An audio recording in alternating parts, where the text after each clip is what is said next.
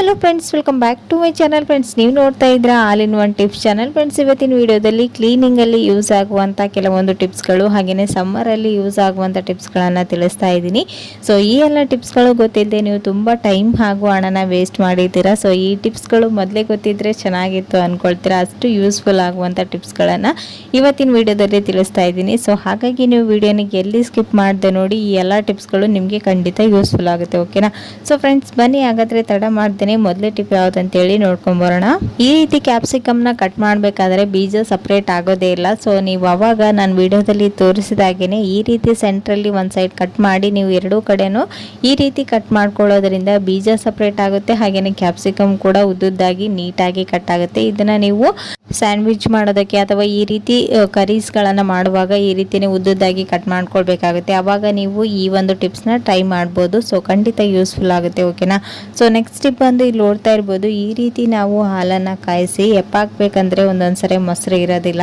So evening time ಮೊಸರು ಕೇಳಿದ್ರೆ ಯಾರು ಕೊಡೋದಿಲ್ಲ, ಎಪ್ಪಿಗೆ ಮೊಸರು ಕೊಡಿ ಅಂತಂದರೆ. ಸೊ ಅವಾಗ ನೀವು ಈ ಒಂದು ಟಿಪ್ಸ್ನ ಟ್ರೈ ಮಾಡ್ಬೋದು. ಸೊ ಇಲ್ಲಿ ನೋಡ್ತಾ ಇದ್ರೆ ನಾನು ಮೊದಲೇದಾಗಿ ಕೆನೆನ ತೆಗೆದುಕೊಂಡು ಅದನ್ನು ಸ್ಟೋರ್ ಮಾಡ್ತಾ ಇದ್ದೀನಿ. ನಂತರ ಇದಕ್ಕೆ ಈ ರೀತಿ 2ರಿಂದ 3 ಹಸಿಮೆಣಸಿನ್ಕಾಯಿನ ಇದರಲ್ಲಿ ಹಾಕೊಳ್ಬೇಕು. ಈ ರೀತಿ ಹಾಕೊಳ್ಳುವಾಗ ಹಾಲು ಉಗುರು ಬೆಚ್ಚಗಿರಬೇಕು. ಆವಾಗ ಇದನ್ನ ನೀವು ಈ ರೀತಿ ಒಂದು 3 ಹಸಿಮೆಣಸಿನ್ಕಾಯಿನ ಹಾಕಿ ಒಂದ್ಸರಿ ಚೆನ್ನಾಗಿ ಮಿಕ್ಸ್ ಮಾಡಿಕೊಂಡು ಇದನ್ನ ಕ್ಲೋಸ್ ಮಾಡಿ ಓವರ್ ನೈಟ್ ಬಿಟ್ಟು ಇಲ್ಲಿ ನಾನು ಮಾರ್ನಿಂಗ್ ತೋರಿಸ್ತಾ ಇದ್ದೀನಿ. ನೋಡ್ತಾ ಇರ್ಬೋದು, ಇವಾಗ ಈ ಹಸಿಮೆಣಸಿನ್ಕಾಯಿನ ಇದರಿಂದ ಸಪರೇಟ್ ಮಾಡಿ ತೋರಿಸ್ತಾ ಇದ್ದೀನಿ. ನೋಡ್ತಾ ಇರ್ಬೋದು ನೀವು, ಮೊಸರು ಇಲ್ದೇನೆ ಈ ಒಂದು ಹಸಿಮೆಣಸಿನ್ಕಾಯಿ ಹಾಕಿದ್ರೆ ಸಾಕು, ಹಾಲು ಚೆನ್ನಾಗಿ ಈ ರೀತಿ ಎತ್ತುತ್ತೆ. ಎಷ್ಟು ಚೆನ್ನಾಗಿ ಬಂದಿದೆ ಅಂತ ಮೊಸರು, ಎಷ್ಟು ಗಟ್ಟಿಯಾಗಿದೆ ಕೂಡ. ಸೊ ನೋಡ್ತಾ ಇರ್ಬೋದು ನೀವು, ಹುಳಿ ಕೂಡ ಇರೋದಿಲ್ಲ.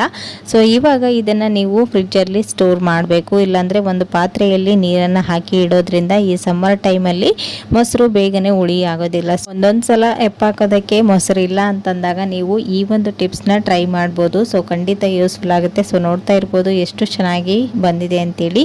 ಸೊ ಈ ಒಂದು ಟಿಪ್ಸ್ ಕೂಡ ಖಂಡಿತ ಯೂಸ್ಫುಲ್ ಆಗುತ್ತೆ. ಟ್ರೈ ಮಾಡಿ ನೋಡಿ. ಓಕೆನಾ? ಸೊ ನೆಕ್ಸ್ಟ್ ಟಿಪ್ ಬಂದು ಇಲ್ಲಿ ನೋಡ್ತಾ ಇರ್ಬೋದು, ಇವಾಗ ಸಮ್ಮರಲ್ಲಿ ಮ್ಯಾಂಗೋ ಸೀಸನ್ ಅಲ್ವಾ. ಹಣ್ಣು ತರೋದಕ್ಕಿಂತ ನಾವು ಕಾಯಿನೇ ಜಾಸ್ತಿ ತರ್ತೀವಿ. ಯಾಕಂದರೆ ಹಣ್ಣು ತಂದ ತಕ್ಷಣನೇ ತಿನ್ಬೇಕಿಲ್ಲ ಅಂದರೆ ಅದು ಕೆಟ್ಟೋಗ್ತಾ ಇರುತ್ತೆ. ಸೊ ಆವಾಗ ನೀವು ಈ ರೀತಿ ಕಾಯಿನ ತಂದಾಗ ಇದನ್ನು ಮನೆಯಲ್ಲಿನೇ ನೀವು ಯಾವ ರೀತಿ ಹಣ್ಣು ಮಾಡ್ಕೊಳ್ಳೋದು ಅಂತೇಳಿ ತೋರಿಸ್ತಾ ಇದ್ದೀನಿ. ಕಾಯಿನ ನೀವು ಈ ರೀತಿ ಒಂದು ಸಿಲ್ವರ್ ಪೇಪರಲ್ಲಿ ಈ ರೀತಿ ಇದನ್ನು ಗಾಳಿ ಆಡಲಾರ ಥರ ನೀಟಾಗಿ ಕ್ಲೋಸ್ ಮಾಡಿ ಮೇಲ್ಗಡೆ ಒಂದು ರಬ್ಬರ್ನ ಹಾಕಿ ಇಡೋದ್ರಿಂದ ಇದು ಒಂದು 2 ಡೇಸ್ ಇಟ್ಟರೆ ಸಾಕು, ಬೇಗನೆ ಹಣ್ಣಾಗ್ಬಿಡುತ್ತೆ. ಸೊ ನೀವು ಕಾಯಿ ತಂದ್ರೂ ಇದನ್ನ ನೀಟಾಗಿ ಶಾಪಲ್ಲಿ ಸಿಗೋ ಹಾಗೆಯೇ ಹಣ್ಣು ಮಾಡಿಕೊಂಡು ಮ್ಯಾಂಗೋನ ತಿನ್ಬೋದು. ಸೊ ಈ ಒಂದು ಸಮ್ಮರಲ್ಲಿ ಈ ಒಂದು ಟಿಪ್ಸ್ ಖಂಡಿತ ಯೂಸ್ಫುಲ್ ಆಗುತ್ತೆ. ಟ್ರೈ ಮಾಡಿ ನೋಡಿ. ಓಕೆನಾ?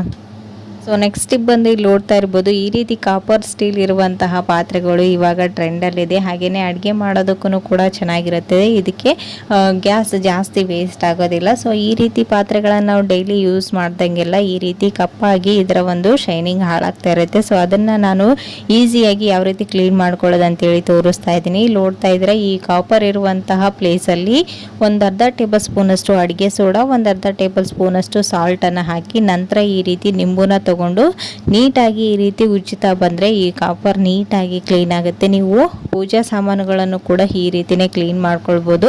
ಸೊ ಮನೆಯಲ್ಲಿರ್ತಕ್ಕಂಥ ಸಾಮಾನುಗಳನ್ನು ಯೂಸ್ ಮಾಡಿಕೊಂಡು ನೀವು ನೀಟಾಗಿ ಈ ರೀತಿ ಕ್ಲೀನ್ ಮಾಡ್ಕೊಳ್ಬೋದು. ಸೊ ನೋಡ್ತಾ ಇರ್ಬೋದು ಎಷ್ಟು ನೀಟಾಗಿ ಕಾಣಿಸ್ತಾ ಇದೆ ಅಂತ. ಮೊದಲಿದ್ದದಕ್ಕೂ ಇವಾಗೂ ಡಿಫ್ರೆಂಟ್ ಕಾಣ್ತಾ ಇದೆ, ಹೊಸ ಥರ ಕಾಣಿಸುತ್ತೆ ಮನೆಯಲ್ಲಿಟ್ರೂ. ಸೊ ಈ ಒಂದು ಟಿಪ್ಸ್ ಕೂಡ ಖಂಡಿತ ಯೂಸ್ಫುಲ್ ಆಗುತ್ತೆ. ಟ್ರೈ ಮಾಡಿ ನೋಡಿ. ಓಕೆನಾ? ಸೊ ನೆಕ್ಸ್ಟ್ ಟಿಪ್ ಬಂದು ಇಲ್ಲಿ ನೋಡ್ತಾ ಇರ್ಬೋದು, ಈ ರೀತಿ ಫ್ರೆಶ್ ಆಗಿರುವಂಥ ಪಾಲಕ್ ಸೊಪ್ಪನ್ನ ನಾವು ಒಂದು 2-3 ಡೇಸ್ ಹಾಗೇನೆ ಫ್ರೆಶ್ ಆಗಿ ಯಾವ ರೀತಿ ಇಟ್ಕೊಳ್ಳೋದು ಅಂತೇಳಿ ತೋರಿಸ್ತಾ ಇದ್ದೀನಿ. ಈ ಸಮ್ಮರಲ್ಲಿ ಈ ರೀತಿಯ ಸೊಪ್ಪುಗಳನ್ನು ಸೇಫಾಗಿ ಇಟ್ಕೊಳ್ಳೋದಕ್ಕಾಗೋದೇ ಇಲ್ಲ. ಸೊ ಸ್ವಲ್ಪ ಹೊತ್ತು ಔಟ್ಸೈಡ್ ಇಟ್ಬಿಟ್ರು ಮಾರ್ಕೆಟಿಂದ ತಂದು ಬೇಗನೆ ಬಾಡೋಗ್ತಾ ಇರುತ್ತೆ. ಸೊ ಆವಾಗ ನೀವು ಈ ಒಂದು ಟಿಪ್ಸ್ನ ಟ್ರೈ ಮಾಡ್ಬೋದು. ಸೊ ನೋಡ್ತಾ ಇದ್ದೀರಿ, ಇಲ್ಲಿ ನಾನು ಪಾಲಕ್ ಸೊಪ್ಪನ್ನ ಒಂದ್ಸರಿ ನೀಟಾಗಿ ತೊಳ್ಕೊಂಡು ಅದ್ರ ಹಿಂದೆ ಕೊನೆನ ತೆಗೆದುಕೊಂಡಿದ್ದೀನಿ. ಅದನ್ನು ತೆಗೆದು ನಂತರ ಈ ರೀತಿ ಕ್ಲೋಸ್ ಮಾಡಿ ಫ್ರಿಜ್ಜಲ್ಲಿ ಇಡೋದ್ರಿಂದ ಇದು 2 ಡೇಸ್ ಅಲ್ಲ 10 ಡೇಸ್ ಆದ್ರೂ ಈ ರೀತಿನೇ ಫ್ರೆಶ್ ಆಗಿರುತ್ತೆ. ಸೊ ಈ ಒಂದು ಟಿಪ್ಸ್ ಕೂಡ ಖಂಡಿತ ಯೂಸ್ಫುಲ್ ಆಗುತ್ತೆ. ಟ್ರೈ ಮಾಡಿ ನೋಡಿ. ಪಾಲಕ್ ಸೊಪ್ಪು ಒಂದೇ ಅಲ್ಲ, ನೀವು ಕೊತ್ತಂಬರಿ ಸೊಪ್ಪು, ಮೆಂತ್ಯ ಸೊಪ್ಪನ್ನು ಕೂಡ ಚೆನ್ನಾಗಿ ಈ ರೀತಿನೇ ನೀವು ಸ್ಟೋರ್ ಮಾಡ್ಬೋದು. ಸೊ ಫ್ರೆಂಡ್ಸ್, ನೋಡಿದ್ರಲ್ವಾ ಇವತ್ತಿನ ಈ ಎಲ್ಲ ಟಿಪ್ಸ್ಗಳು ನಿಮ್ಗೂ ಕೂಡ ಖಂಡಿತ ಯೂಸ್ಫುಲ್ ಆಯ್ತು ಅಂತ ಅಂದ್ಕೊಂಡಿದ್ದೀನಿ. ಯೂಸ್ಫುಲ್ ಆದರೆ ಪ್ಲೀಸ್ ಒಂದು ಲೈಕ್ ಕೊಡೋದನ್ನು ಮರಿಬೇಡಿ. ಈ ಟಿಪ್ಸ್ಗಳಲ್ಲಿ ನಿಮ್ಗೆ ಯಾವ ಟಿಪ್ಸ್ ಇಷ್ಟ ಆಯ್ತು ಅಂತಲೂ ಕೂಡ ಕಮೆಂಟಲ್ಲಿ ತಿಳಿಸಿ. ಓಕೆನಾ? ಸೊ ಫ್ರೆಂಡ್ಸ್, ಮತ್ತೆ ನಾಳೆ ಹೊಸ ಟಿಪ್ಸ್ಗಳೊಂದಿಗೆ ಮತ್ತೆ ನಿಮ್ಮನ್ನ ಮೀಟ್ ಮಾಡ್ತೀನಿ ಫ್ರೆಂಡ್ಸ್. ಅಲ್ಲಿವರೆಗೂ ಟೇಕ್ ಕೇರ್. ಬಾಯ್.